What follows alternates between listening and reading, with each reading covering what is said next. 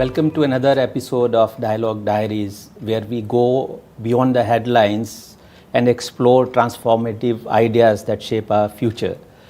I'm your host, Vikas Kanungo, and the discussion we are having today is both informative as well as timely. We would be diving deep into MahaAgri AI Policy, which has made Maharashtra the first state in India and perhaps in South Asia to have a dedicated policy for AI in agriculture. We would have this conversation today with Shri Vikas Rastogi, who's the Principal Secretary Agriculture for Government of Maharashtra.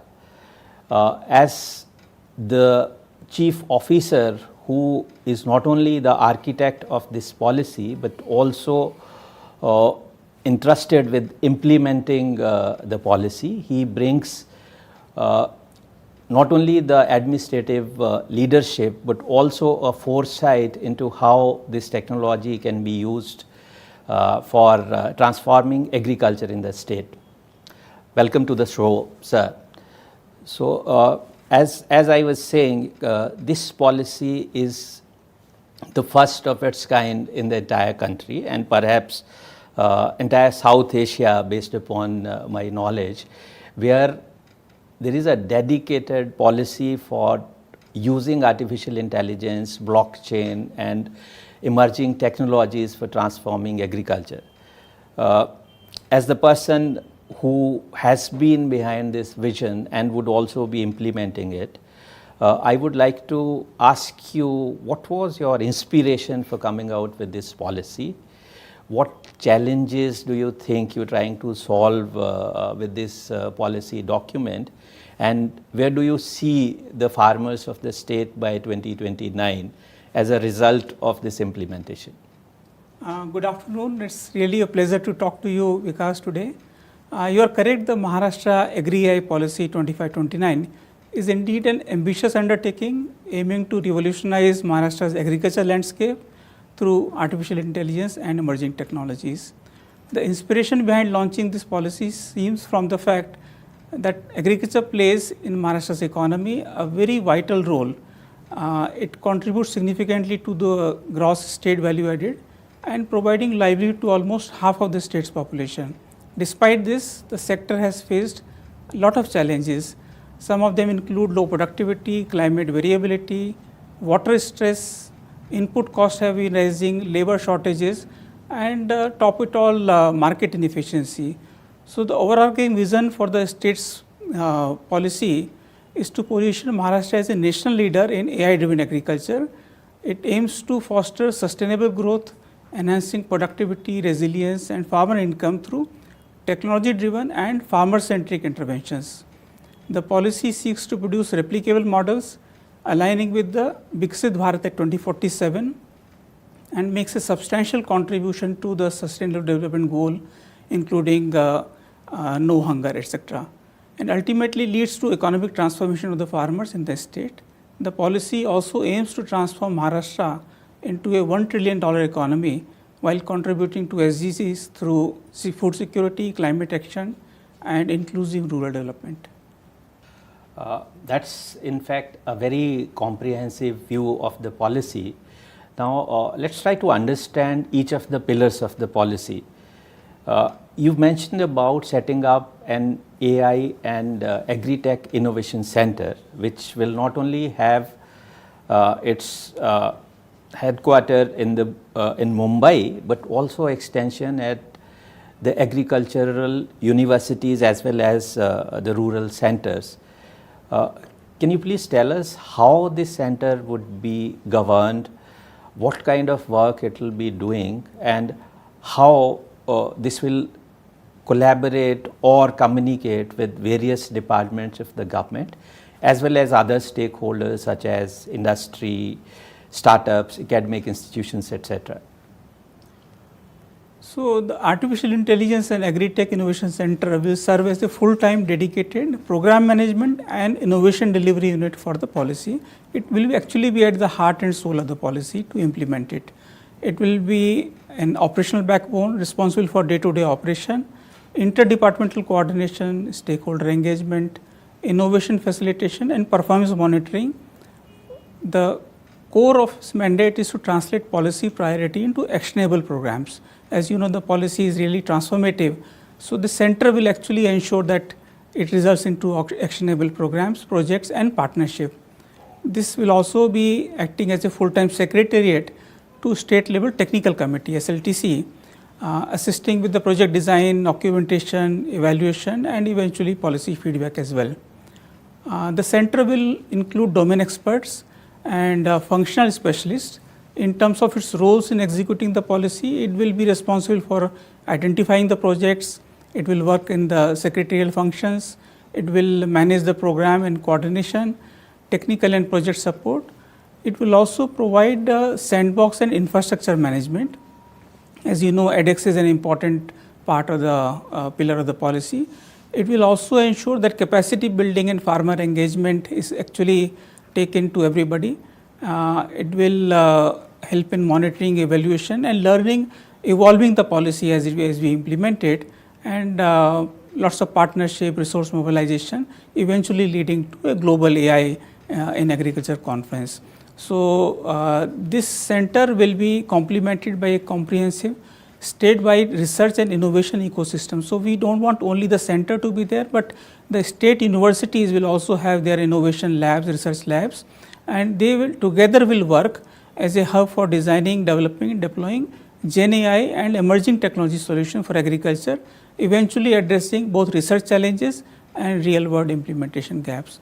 The collaboration with agriculture and allied department will be fostered through various mechanisms. This will ensure the gap between innovation and field level impact is bridged and ensure that AI solutions are deployed collaboratively, validated effectively and ultimately reach to the farming community for their overall benefit. That sounds like a very strong push for innovation. Now, one of the key things for anything AI is data. It's also called the fuel for artificial intelligence. And you have rightly included development of a statewide data exchange and a sandboxing environment in the policy document. Could you please tell us what kind of data sets would be there in the sandbox ADEX? What would the sandboxing environment do? How will it help startups basically testing their solutions and scaling those up at the statewide basis? If you could provide us some more inputs on that. I think you are absolutely right. ADEX is one of the most critical aspect of the policy. It plays a central role in data and establishment of an sandbox environment. And as you rightly said, data is indeed the fuel for AI. So recognizing this, ADEX is envisioned as a state-of-the-art federated and consent-based platform. Its primary function is to facilitate the secure and interoperable flow of agriculture data sets across various stakeholders.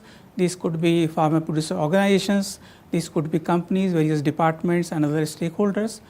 ADEX will also serve as the backbone for the digital public infrastructure DPI in agriculture, offering discoverable metadata, standardized APIs, consent driven access protocol and a robust governance aligned with the state and national data governance policy like DPDP Act, etc.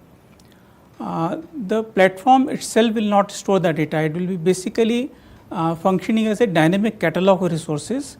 And regarding the kind of data set ADEX will encompass, as you rightly pointed out, it will have a wide range of information, both public as well as private data sets. These could be farmer registries like AgriStack, we have 3 registries, crop statistics, weather conditions, soil health, dynamic crop condition as the crop is growing, disease and pest infestation, market arrivals, prices, go down availability, soil health will be very important data, warehouses data, the loan including KCC, Kisan Credit Card data and the university's research data. So everything will be available, discoverable and based on the consent this could be shared. There are lots of private data that also could be hosted through this ADEX. It could be export data, warehouses data, field trials, lot of field trials are carried out by private players, satellite data, logistics, supply chain, input supplies like fertilizer, seeds, etc., farm machinery, and also various agri-tech platform can also share their data. So ultimately it will be an open source modular architecture, we can build upon it, and it will promote developer accessibility, traceability, and farmer data ownership. So that I think is the core of the edX. Let's come to sandbox. The sandbox environment will complement edX. So data will be in edX, and sandbox will be a kind of tool for the startups and research organizations to play around in that environment. It's a secured environment where they can visualize a test bed, and where innovators can actually experiment safely with AI models in the real world like scenario. So the data that will be given will be a test data, will not be the real data, but that will allow a simulation of real world conditions for the controlled experimentation and validation of their Gen AI and emerging technology models, ultimately resulting to decision support tools and precision agriculture solution before they actually deploy it. So sandbox users will be able to access anonymized, as I said, synthetic data set, leverage test APIs, and iterate their solution using a plug and play architecture and field conditions. So together edX and sandbox will create an enabling foundation for the policy in building an ethical, scalable, and locally adaptable AI, Gen AI, and emerging technology solutions for agriculture.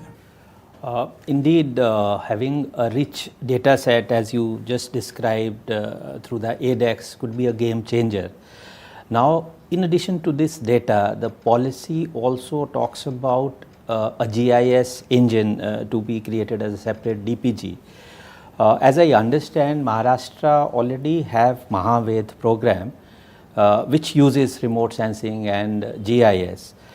Can you please tell us how this GIS DPG, which is being promoted to be implemented under the policy, would be adding value to the existing GIS infrastructure do you have, and what kind of linkages we can expect with the non-spatial data through this GIS engine? So you are right. In a state as big as Maharashtra, I think remote sensing will play a very, very important part, because there is a limit to what IoTs can do and to what scale they could be deployed. But remote sensing offers a very, very promising future for agriculture in Maharashtra. And we have had MahaAgri program, we had MahaAgri Tech for last 6 to 7 years. So the learnings from that have actually been reflected in the policy, and the idea is to enhance these capabilities by deploying a unified and AI-enabled remote sensing and geospatial intelligence engine as a shared digital public good. So the AI-enabled engine will bring several new capabilities, what we already had, and enhance decision making. Some of these could be like dynamic crop acreage estimation and yield forecasting, really important for decision support. Drought and flood vulnerability mapping, again helping our farmers. Water body and irrigation asset tracking, which will help in prioritizing various kind of initiative. Soil moisture and vegetation index monitoring, which will help in giving better advisories, and compliance monitoring. So these algorithms will be at the core of the system, AI and ML algorithms, enabling capabilities like change detection, anomaly spotting, how the crops are different from a long-term perspective, and predictive analytics, which will help in giving advisories to the farmers. This also means the farmers can indeed expect early warnings and for the risk that may arise out of pest and other climate risks, and this will provide high resolution insight. We are planning up to the farm level, and it will give advisory on land use, crop health, water availability, soil moisture, and disaster risk. The system will also be a modular, API enabled, and aligned with the national and state platforms such as MahaVed, Fasal, Bhuvan, which is NRSC's platform, ensuring seamless integration data flow between these platforms. and output dashboard will be made accessible to field level officials. Eventually, that will empower them to reach out to the farmers, and their verification will act as a feedback to the system, ultimately improving its efficacy. So, by providing real time and precise data driven insights, this AI driven special geospatial system will eventually enhance decision making on the farm for the farmers, empowering farmers to adapt to climate variability and optimize resource utilization, and also to the government for various kind of decision making.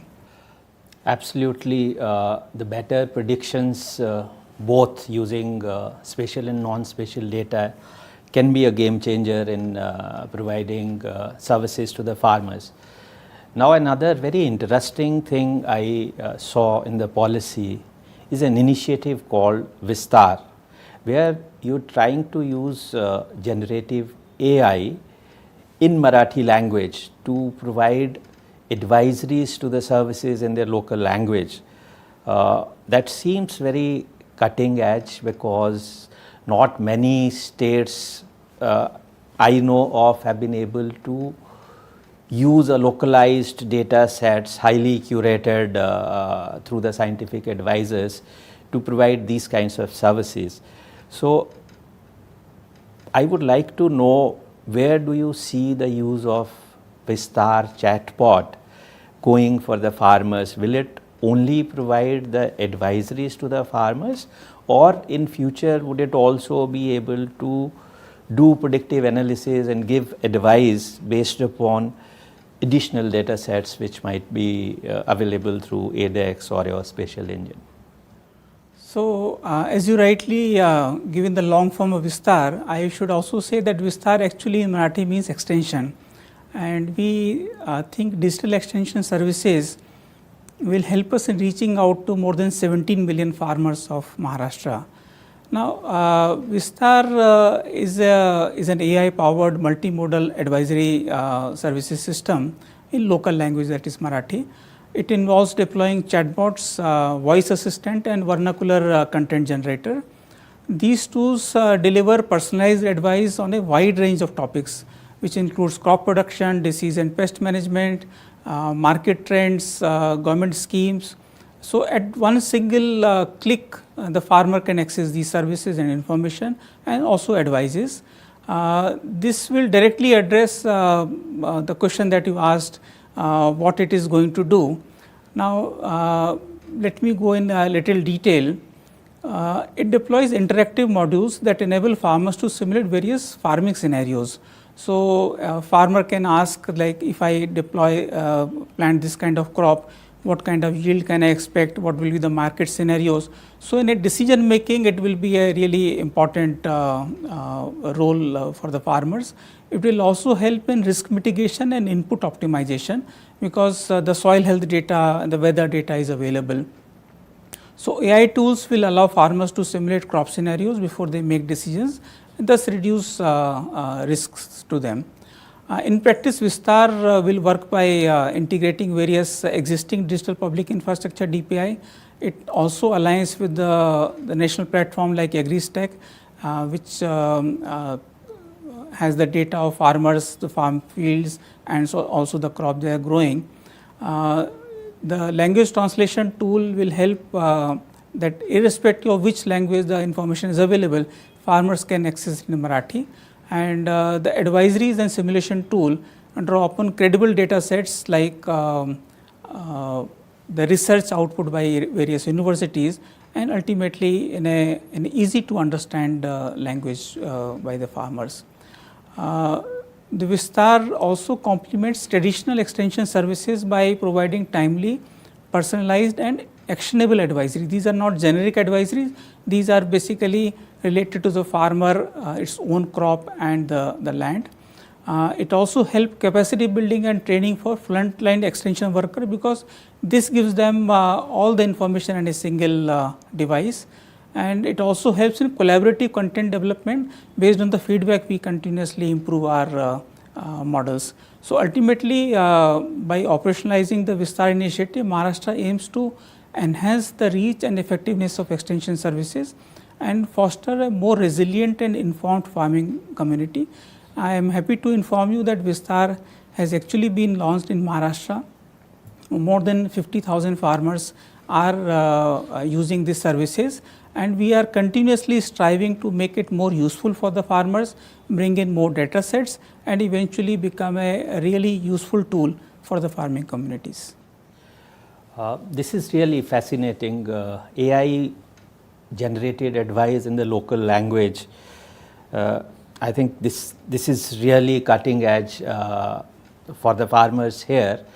Now, I saw another very interesting thing. Not many people have done something on this at a statewide level. You're talking about creating a DPI around the food traceability systems, which I think looks like a very impressive step to not only ensure that the right kind of food goes from the farmers to the table, but could also help the farmers of the states in exporting their goods. So I would like to know, what is your vision behind conceiving a statewide DPI on traceability, and how are you going to go about implementing it? So, as I had said earlier, Maharashtra is a leading horticulture export state. Now, to really utilize the full potential, what we need to ensure is an agri-food traceability and quality certification platform, so that more and more farmer can access it and access the markets globally. So, this particular tool has been designed to ensure food safety, supply chain transparency, and access to global markets. Now, for crops like grapes or pomegranate, which Maharashtra is renowned for, this platform will function as an end-to-end tracking system from farm to fork, as you say, and it will leverage cutting-edge technology like AI, blockchain, QR code, etc. Now, this platform that we are thinking will act as a digitized record keeping. So, the entire chain of production as well as the entire supply chain will be recorded through the system, and it will be a digital and geotagged record keeping system. So, the kind of inputs farmer using, fertilizer, pesticide, the cultivation practices, the harvest data, the post harvest handling, quality certification records through QR code generation or AI driven anomaly detection, they will all be part of this platform. And it will be a DPI, so that other partners can latch onto the platform and provide the various kind of solutions to the farmers. So, initially this platform we are thinking will be launched for export oriented and high value crops like grapes, pomegranate, banana, mango, etc. And also a lot of specialty rice which Maharashtra is known for. Eventually we will extend it to more crops and geographies, and integration will be enabled through FPOs. Maharashtra has more than 10,000 FPOs supporting more than millions of farmers. There will also be exporters and pack houses, certification agencies, logistics provider. They will all be part and parcel of this platform, and they will be using its services. Eventually, the idea is that the farmers will be able to access premium markets, improved price realization, and reduce rejection rate through this traceability platform. This is really encouraging to know, even though there are solutions by the private companies to provide traceability to some food items, but having a statewide DPI which everybody can use is really going to reduce the entry barriers even for the smallholder farmers. Now, another thing I saw in your policy which looks very encouraging is that, you know, creating this entire ecosystem requires lots of solutions providers, onboarding the startups, bringing in academic institutions, encouraging research, etc. I see that you have a huge innovation fund which is being earmarked for supporting these kinds of activities. Can you tell us how this innovation fund will function? Would you be running hackathons? Would you be inviting startups to showcase their solutions or support them financially? And what kind of partnerships from the industry, the investors community do you envisage in the near future? So the Maharashtra Agri AI policy indeed places a very strong emphasis on supporting innovation and digital solution providers, recognizing that a vibrant ecosystem of startup as well as agri-tech companies is really crucial for agriculture transformation in the state. And in practical terms, the government will encourage and support these agri-tech innovations through a multifaceted approach. We, as you rightly pointed out, we plan to launch innovation challenges and hackathon. There will be incubation support and grants, sandbox environment, as we already said about through edX, and differentiated support and scaling opportunity depending on what kind of maturity these solutions are. And eventually, to ensure these solutions stay farmer centric, the policy will also have a crucial element of farmer centric design and adoption. So eventually, it has to be farmer centric, farm based. And we also think there are a lot of innovations happening at the level of farmers and FPOs. So we consider farmers as co-creators of knowledge. The policy also explicitly states that the aim is to ensure farmers are co-creators in AI solution designed by enabling participatory and model development. So the feedback loops, the ground truthing experiments, etc., which will flow through this ecosystem and will help us information, education, communication to across the sector. And eventually community engagement and participatory innovation will institutionalize stakeholder engagement and forum involving farmers, researchers, universities, agri-tech firms and civil society to gather feedback and co-design use cases. So that's the whole idea, to bring together all these players in this startup and innovation ecosystem. That's very interesting. Just a supplementary question. Can only the startups apply for this fund, or even the established players who might have innovative solutions implemented in other parts of the world, can they also avail the benefits of the innovation fund? I think it's really important, as Maharashtra also has been really a test bed for innovations. There are many startup and companies who have been trying their solution for various crops like grape, banana, pomegranate, etc. And there are a lot of technologies which are being used. So some of these technologies have been tested and ready for deployment. So we plan to support them by infusing capital, by infusing support, and ensure that it reaches the farmers. So yes, the let's say proven cases will immediately be scaled up, and startups will be given support and mentoring so that they ultimately reach to the commercial stage. This is really encouraging, nurturing an entire ecosystem, including all kind of players, startups, established companies, research institutions, international players, can really help in transforming the agriculture practices in the state.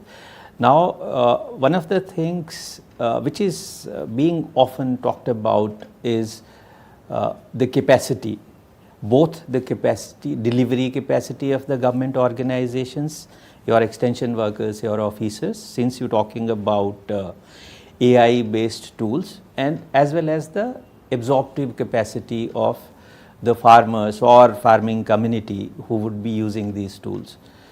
The policy talks about a dedicated capacity building drive across the states, both at the supply side as well as the demand side. Can you tell us a little bit more about how this entire campaign will be carried out? Yes, I think it's really important to understand the scale of the adoption. So we have more than 17 million farmers, more than 10,000 FPOs, more than 13,000 field workers in the field from agriculture department. Now, when we have a policy like that, which will have an edX, which will have a traceability system, geospatial engine, and will have lot of private sector involvement through their startup, eventually it has to be accepted, adopted and implemented by the farmers and supported by our field machinery. So, I think the building institutional capacity, community collaboration and last mile adoption is really important for eventual use. And to ensure this, the farmers, the extension farmer officers, local communities, they have to be ready to enhance and embrace AI driven tools. And what we need to do is upskilling the agriculture department workforce. So, foundational AI literacy, use cases specific modules, leadership track for mid and senior level officers. Similarly, for farmers and FPOs, we are planning to design hands-on usage of AI tools for crop planning, disease detection, input optimization, market access. So, there will be various kind of modules for them to learn and use this, and delivery will be done through a district level AI champions. We want to have field demonstrations, multilingual digital content. Vistar of course will be an important part of it, and pharma help desk to ensure sustained adoption. So, the personalized support and training will be helpful in institutionalizing and reinforcing the learning. We want to invest in enhancing AI capability across SAUs, state agriculture universities, technical institution, research partners, because they are very, very important for adoption of this policy. And eventually policy will institutionalize stakeholder engagement involving farmers, researcher, agri-tech firms, civil society, and this will help them in gathering feedback, co-design use cases and address barriers to adoption. So, we will eventually be able to find out what is not working and try to find solution for that. And farmers will also be represented in advisory processes. They will be part and parcel for all the initiative, and eventually this will help in aligning with the real world field condition and cultural context of Maharashtra. So, this will be really crucial in ensuring solutions are farmer centric and they gain acceptance. Now, regarding maintaining farmers trust and addressing concern like data privacy or fear of too much technology, too many applications, etc., we want to ensure that there is an ethical, responsible and secure AI deployment. Data privacy regulations are ensured at every stage. Consent driven data exchange like Jan Samarth and AgriStack, and there is a participatory model development. Eventually, this will be implemented in phase, and we will keep on learning, we will keep on devising and evolving as we go along. Finally, a multi-level collaborative and capacity building ecosystem will emerge, which will help its adoption. It's great to learn that the government is so actively thinking about not only creating capacity but also building trust in the services which are being provided by the government. Another interesting thing about the policy which I saw, and I think which is again path breaking, is that you're not only trying to take a leadership position within the country and in the region by having a dedicated AI policy. The government seems to be equally open to learning about good practices in other countries and also collaborating with not only industry but also with multilateral institutes and investors.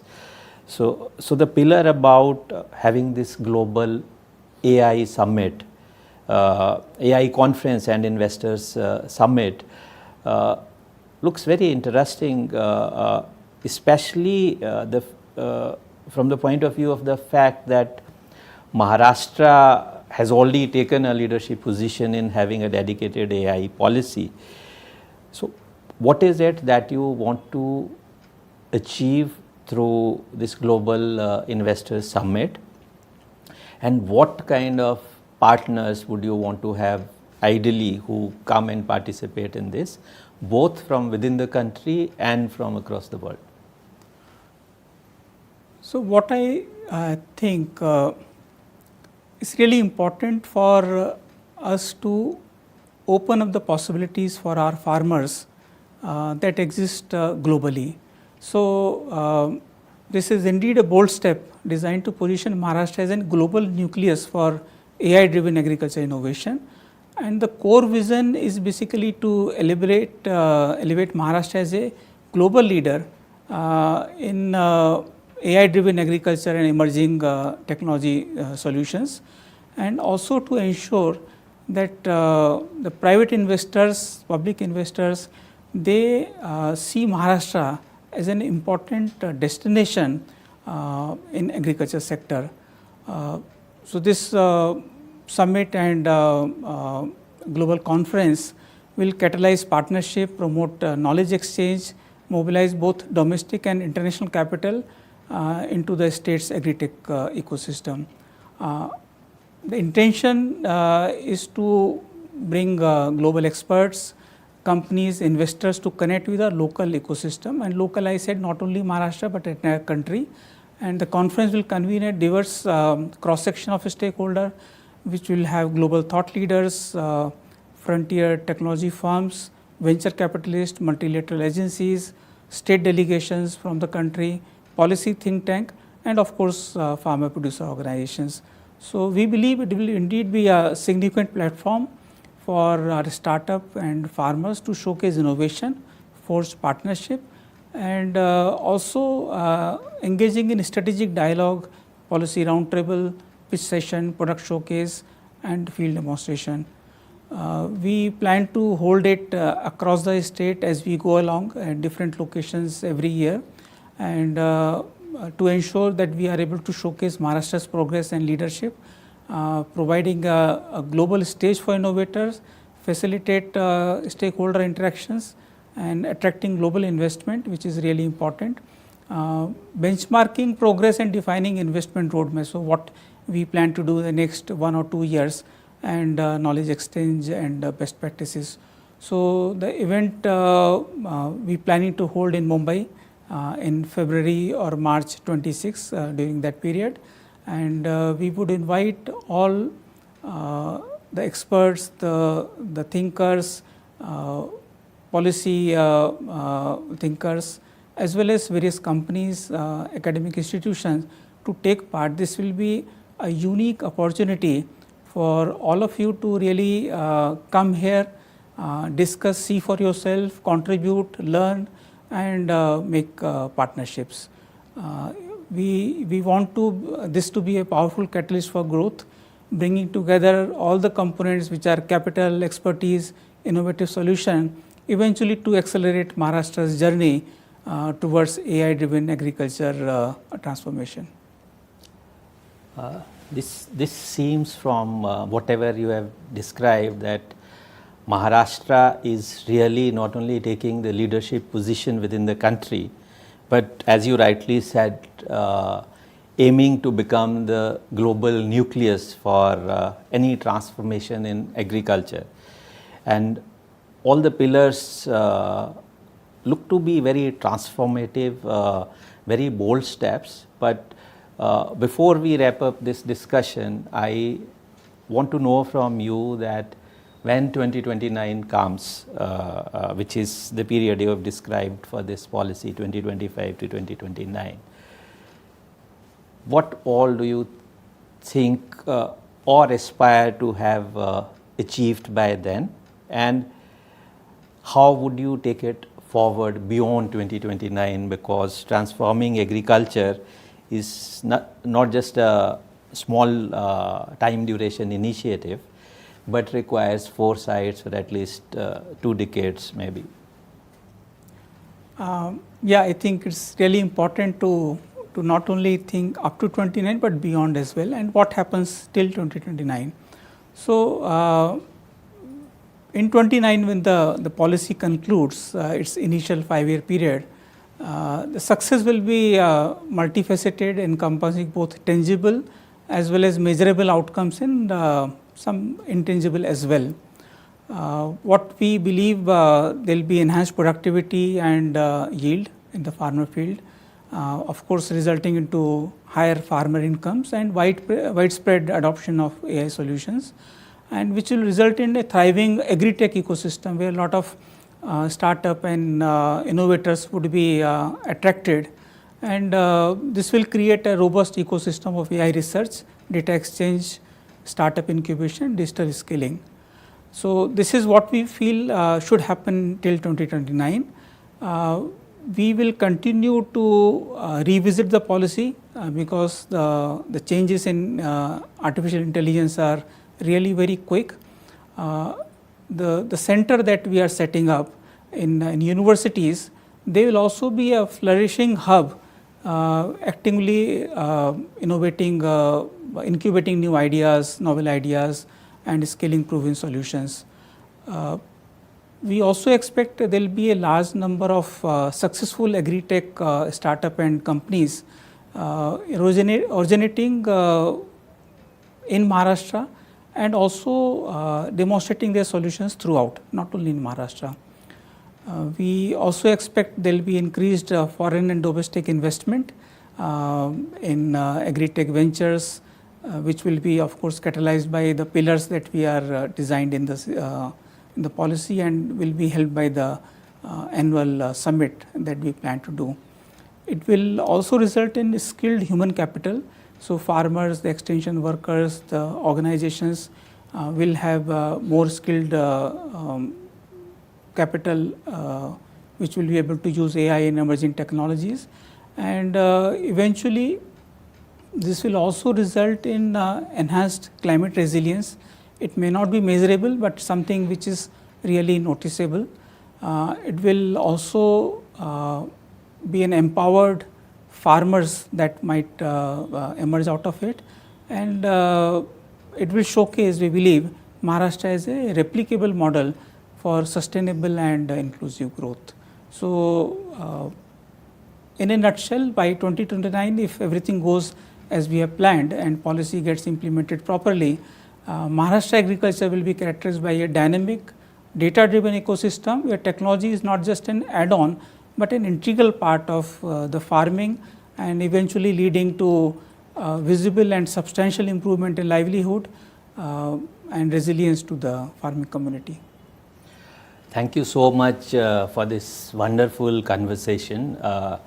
I wish you all the success, and I'm sure that Maharashtra would not only do well for itself, but also show paths to so many other states and maybe the countries in global south.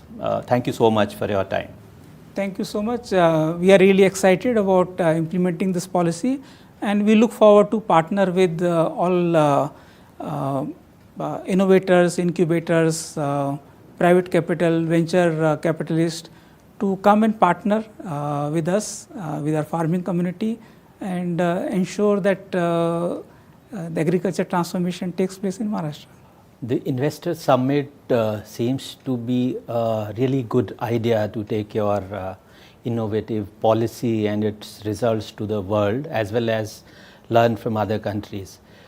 But before we conclude, this one thing I was curious about.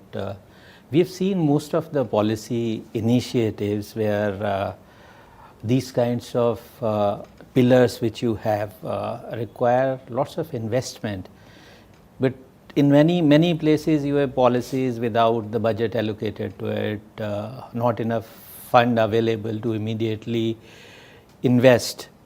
So I was just wanting to know if the government of Maharashtra have enough money allocated to implement all these pillars which you mentioned in the policy. Yeah, I think it's really important, and I would like to give a brief background to this. So, for the last let's say around 15 years, the government of Maharashtra has had multiple multilateral projects with the World Bank, with the ADB, with the IFED. So, projects like MECP, POCRA phase 1, now POCRA phase 2, SMART, Magnet. All these projects combined are more than $2 billion if you see in the last 10 to 15 years. And at least 3 of these projects are currently ongoing. Apart from that, For specifically for this policy, the government of Maharashtra has set aside 500 crores worth of money, which is let's say around $70 million. And recently, the government of Maharashtra, considering that there is a need for public investment in farming sector, has set aside every year around $700 million only for investment in public sector. So there is a lot of commitment from the government of Maharashtra in terms of funds. But what we are also looking forward is the partnership of private sector.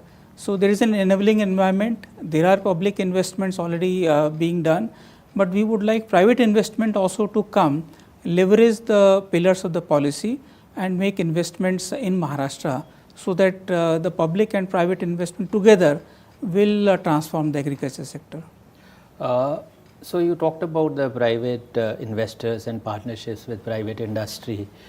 Would you be willing to tell us if you already have some of these global players signing up some kind of technology partnership MOUs with the government?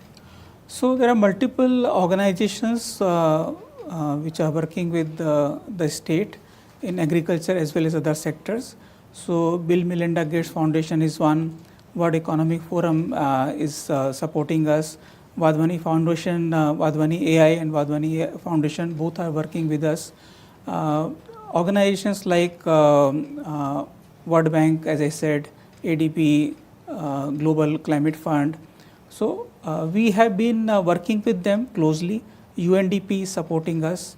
So what we feel that there is a interest of all these global organizations in Maharashtra. They have had some experience working with us, and in formulation of the policy itself, we took their initiative, took their inputs and support and suggestions from them. So the policy that has come out is a reflection of our shared partnership with them, and we look forward to working with them and other players in future. Thank you so much for this wonderful conversation. It seems that Maharashtra is on a path to become not only a leader within the country, but also an example for other states and the countries in global south.